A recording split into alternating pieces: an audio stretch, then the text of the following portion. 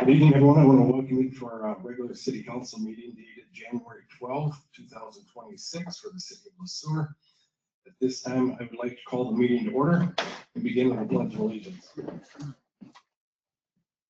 Pledge allegiance to the flag of the United States of America and to the republic for which it stands, one nation under God, indivisible, with liberty and justice for all.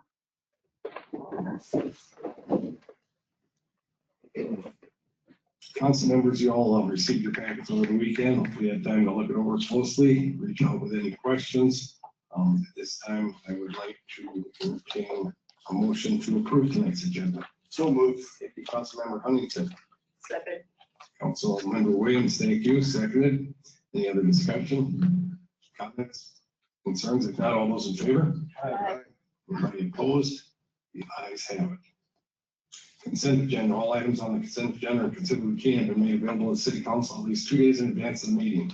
These items will be enacted in one motion. There will be no separate discussion of these items unless a council member or citizen so requests, in which event the item will be removed from the agenda and considered in normal sequence. Mr. Roby, do you want to review these with us? I'd be happy to, Mr. Mayor. First is approval of city council minutes from the December 22nd, 2025 regular meeting. Next is approval of city council minutes from the January 5th, 2026 organizational meeting. And finally is approval of disbursements through today. Included in those disbursements are 6 items over $25,000 or at or about $25,000. The first is MMPA, care of Avant Energy. Our December 2025 purchased power totaling $565,747.26. Next to U.S. Bank debt service on the 2021 A bond, which included the water tower, Main Street reconnection, and the fire department equipment totaling $506,681.25. Next to U.S. Bank for the 2020 B debt service payment for the Casada 22 reconstruction project, $379,235.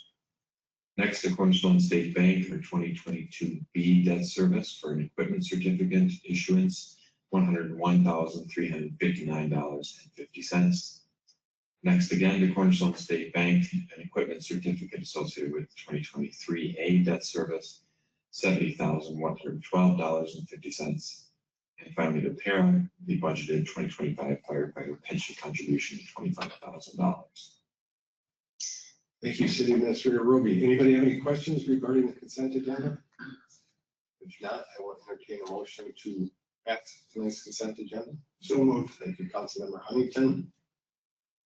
Seconded by Councilmember Schleter. Any other comments, concerns, questions? If not, all those in favor? Aye. Anybody opposed? The ayes have it. Moving on to public comment. I don't believe we have anybody here for public comment. Around nothing. No, thank you. Thank you. So with that'll take us into tonight's city administrator update. Mr. Roby, what do you have for us? Thank you, Mr. Mayor. First of all, if you happen to be here or watching from home, and you can see this QR code, setting up your Smart Hub is as simple as taking a picture of this QR code. It will lead you right to the Smart Hub login.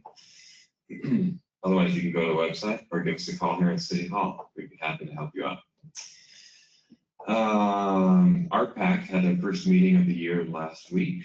Planning Commission met last week. There will be a recommendation coming from the Planning Commission to our next City Council meeting. That'll be for a minor subdivision and a planned unit development approval associated with Miller Homes at the intersection of Turl and Elmwood Avenue. So the minor subdivision will come in the form of a recommendation. The PUD will come in the form of an ordinance, and the first reading will be considered by City Council at its next meeting. Reminder, there are still openings on the Planning Commission, the Charter Commission, and the HRA. I'll be attending the Giant Reality Challenge tomorrow, which is an event every year that I think we did a year off last year, actually. The Rotary Club puts it on with the high school, and they bring students through and show them like real world financial experiences.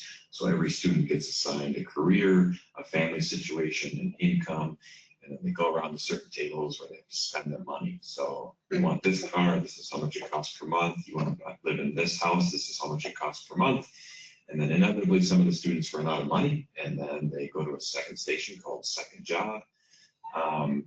And they're kind of randomly assigned some of these family scenarios. So if you're single and you have 2 kids, then of course you have to go to you spend more at the grocery table than another student does who doesn't have any kids. And your insurance costs are higher. So it's called a reality challenge because it's kind of if this is what you think you want to go into professionally, here's a wage, and here's what that wage finds you in this day and age. So a whole bunch of volunteers from the community sit at various tables and help the kids through. Anyway, it's a really neat experience. So the senior class is participating tomorrow. Our next meeting will be Monday, January 26th. And I know we put it on social media, it was not a formal press release, but I do want to read the community advisory statement that the Sueur Police Department did put out on Saturday, January 10th, just so we can further get the message out. In partnership with our community, the Sueur Police Department provides impartial, ethical, and professional law enforcement service and protection of life and property. We strive to maintain the trust and confidence of our citizens while working to improve the quality of life. These Sueur police officers do not assist with or participate in federal civil immigration enforcement operations. The Sueur Police Department will respond to related situations as needed to support public safety, prevent escalation, and safeguard the rights and safety of everyone involved. This can include managing traffic and crowd-related concerns, maintaining order, and facilitating peaceful assemblies. Community members are encouraged to remain calm, keep public areas accessible, and comply with lawful directions from the Sueur police officers who may be present to ensure safety and order for everyone. If anyone has any questions regarding law enforcement identification, they're advised to please contact the Sueur Police Department at 507-665-2041. That's all I have today. Thank you, Mr. Roby. Appreciate your update. That will take us into the regular agenda, which will be agenda item 7A, be the first reading of ordinance 618, the water utility and city code amendment. Mr. Roby. Thank you, Mr. Mayor. And Public Services Director and Safety Coordinator Foster Kansberg is here if there are questions.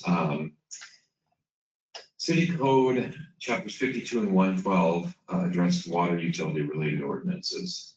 There's a lot of language in those ordinances which have been updated over the years. For the last several years now, Foster has been involved in all of these conversations, so I can speak to the depth of the work that's been involved, but the city attorney and city staff have been drafting amendments to code to bring local laws regarding our water system and the integrity of the water system in line with standards and with best practices. The ordinance itself was drafted by the city attorney. Should the first reading be waived or conducted, public hearing and second and final reading would be scheduled for a future city council meeting.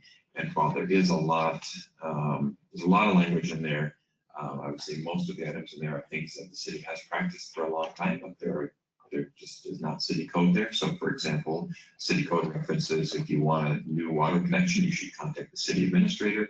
Realistically, it's most appropriate that go through the water manager. That's how we operate right now. And so city code should reflect that. One of the things when we talk about water system integrity that's vitally important, and actually Foster, could you come up here to the microphone just because you can add to this here.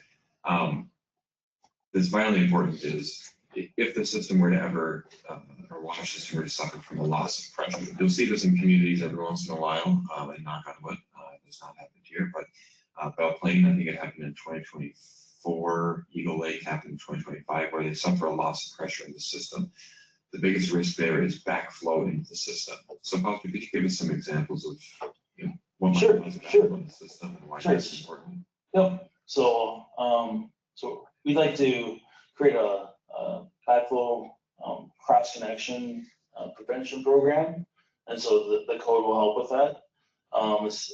State is through the Minnesota Department of Health. It's an initiative through them to protect the health from, or protect the integrity of our water system from potential bacteria or contaminants getting into the system.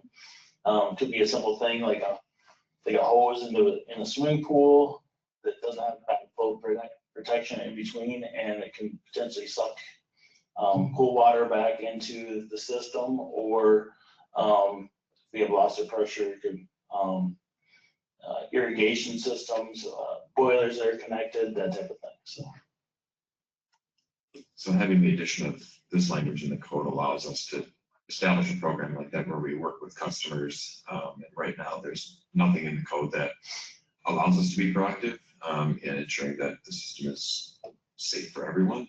So some of these practices and procedures that the Department of Health either requires us to or requests us to participate in are not currently reflected in city code. And even some things like the reading of water meters is not currently, there's no language in city code that directly addresses that, and this would have the language that the city will read the city water meters. Of course, we do that primarily through the assistance of smart meters that send data real time to our system. But this codifies some of those practices that have been in place for a number of years now. Thank you. Appreciate that. Thank you, Mr. Vandenberg. Appreciate your enlightenment there. Anybody have any questions regarding this? If not, I would ask for a volunteer to read the ordinance 618 as presented, or I could take a motion to waive it. So move to waive the first reading. Thank you, Councilmember Huntington. Second. Seconded by Councilmember Sueur. Any other discussion, comments, concerns? If not, all those in favor? Anybody opposed? The ayes have it. Thank you. Appreciate it. Moving on to reports and items of appreciation. Council members, is your chance to share what's going on in the community, what's going on with your commissions, and we will start with Councilmember Huntington. Hey, awesome. I have MRVT tomorrow at 2:30. It's our first meeting of the year. And that's it. Thank you, Councilmember Nelson. She's not here, I'm sorry. Councilmember Schlee. I attended a Highway 169 Executive Board meeting Thursday. The final full board meeting is set for February 26th in Shakopee. The Planning Commission meeting Thursday night, they held a public hearing on the Miller Homes plat and planned unit development on the corner of Elmwood and Carroll, and they are recommending that council approve it. And I have a Region 9 full board meeting on Wednesday. That's it. Thank you, Councilmember Smith. Okay, nothing. Nothing tonight. Councilmember Williams. I attended RPAC last week and HRA next week. And just noted today is National Pharmacist Day, reminding me how lucky we are to have our local pharmacy in town. That's all I had. National Pharmacist Day. I didn't know that. Thank you. I just have a real short statement I want to read. It's kind of echoes a little bit what Chief Sueur mentioned earlier. In light of all the political strife at the local, state, and federal level, I ask that all our residents remain calm and peaceful. Also know that our local public safety is here to support and serve all our residents of the Sueur. Thank you. And with that, I have nothing else. I'll entertain a motion to adjourn. So moved. Thank you, Councilmember Huntington. All those in favor? Aye.